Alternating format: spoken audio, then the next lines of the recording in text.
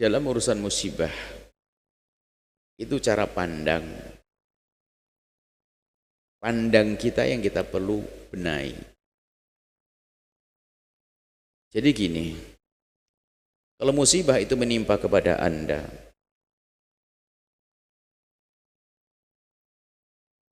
kaidahnya kan sederhana dulu, bahwasanya kalau ada seorang hamba diuji oleh Allah, itu tanda Allah cinta, karena Allah akan mengangkat derajatnya. Tandanya dia kuat dengan ujian.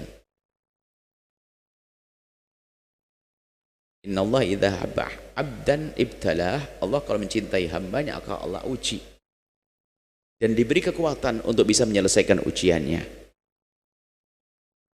Makanya setiap Anda mendapatkan musibah atau bencana, maka katakan bahasanya di dalamnya ada ujian, Anda mau naik pangkat, sehingga Anda melewatinya dengan penuh harapan, bukan menjadi orang putus asa. Diuji dengan sakit, diuji dengan husnudzon langsung, karena Allah akan mengangkat derajatku, derajat keluargaku, derajat anakku, dan sebagainya. Kan begitu, ini kaidahnya. Jadi kapan Allah menguji, husnudzon yang harus kita hadirkan, bahwasanya Allah akan mengangkat derajatku. Maka lewati musibah itu adalah dengan menyerah kepada Allah tanpa protes dan seterusnya. Kemudian setelah itu baru cara pandang. Kan ada musibah itu, biarpun semuanya adalah pengangkatan, semua adalah untuk membuat perubahan, untuk menjadikan orang itu berubah. Jadi kalau ada seorang hamba kena musibah itu ada beberapa makna. Yang pertama adalah untuk menghapus dosanya. Kebaikan juga kalau kita sekarang kita banyak dosa. Yang kedua adalah untuk pengangkatan derajat. Yang ketiga adalah untuk tabungan pahala di akhirat. Itu kan semua musibah. Untuk orang beriman. Orang beriman kalau dapatkan musibah seperti itu. Tapi kalau orang tidak beriman, kalau mendapatkan musibah di dunia, mukaddimah musibah di akhirat. Sakit gigi yang Anda rasakan kemarin itu, kalau Anda serahkan kepada Allah jadi pahala. Bisa saja melampaui daripada zikir Anda yang banyak itu. Diberi oleh Allah sakit, anak Anda demam, Anda akan diangkat derajat Anda oleh Allah. Makanya di dalam melihat musibah harus seperti itu. Cuma dalam menilai itu adalah yang harus waspada. Jika contoh pengampunan dosa, Anda boleh nunjuk ke sini. Jadi kalau Anda mendapatkan satu ujian, musibah, sakit dan sebagainya, Anda husnudzon, ini karena dosaku ya Allah, puji syukur padamu telah kuberi sakit, dan semoga dengan ini ampuni aku ya Allah, ampuni. Jadi kalau nunjukkan diri boleh, karena saya banyak dosa.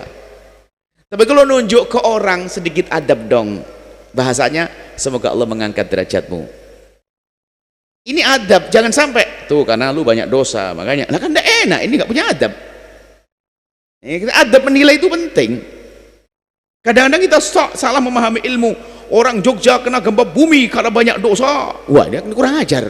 Kenapa ada kita katakan orang Jogja kena gempa bumi, semoga Allah mengangkat derajat mereka, Allah memberikan pahala.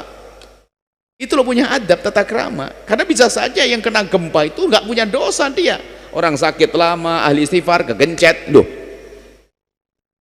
Jadi cara pandang aja. Anda punya tata krama dan kesomaan dalam mandang. Jadi kalau musibah menimpa orang lain, besarkan hatinya. Allah akan mengangkat derajatmu, Allah akan memuliakanmu, Allah akan gitu. Dan Allah mengampuni pakai gitu, tidak usah karena dosa-dosa. Aceh tsunami, karena di Aceh banyak dosa, banyak pezina. Loh, kalau urusannya banyak pezina dan pendosa, Cirebon juga harus kena tsunami dong. Kadang kita sering mandang orang dengan pandangan picik, kelompok pandangan picik. Ini karena nggak punya adab kita mandang orang lain. Kenapa kita katakan Aceh diangkat derajat mereka oleh Allah, ditenggelamkan? Dalam hadis Nabi kan disebutkan termasuk orang mati syahid mati tenggelam. Loh, kan enak. Sehingga yang hidup tuh, anak-anak yang hidup tuh ada kebanggaan, ayahku mati syahid. Lah ini orang salah karena perubahan. Di Aceh banyak orang tidak sholat. Lah ini orang, ini kan sudah nggak benar. Termasuk kita sering mendengar kalimat-kalimat orang yang congkak. Jogja digempurnya, ini karena maksiat mereka semuanya. Maksiat, wah serem banget. Kayak dia tidak punya maksiat. Kalau urusan maksiat kayaknya gempa dulu dia yang kena. Jadi tolong cara pandang yang santun ya, yang sopan. Kalau melihat musibah pada orang lain, jangan Anda mengingat dosanya. Bisa jadi bukan karena dosa, tapi karena Allah ingin mengangkat derajatnya. Tapi kalau menimpa kita, boleh ini karena dosa saya, lalu kita merenung dengan ibuku, dengan saudaraku, itu ampuni aku ya Allah, boleh seperti itu. Ini cara pandang.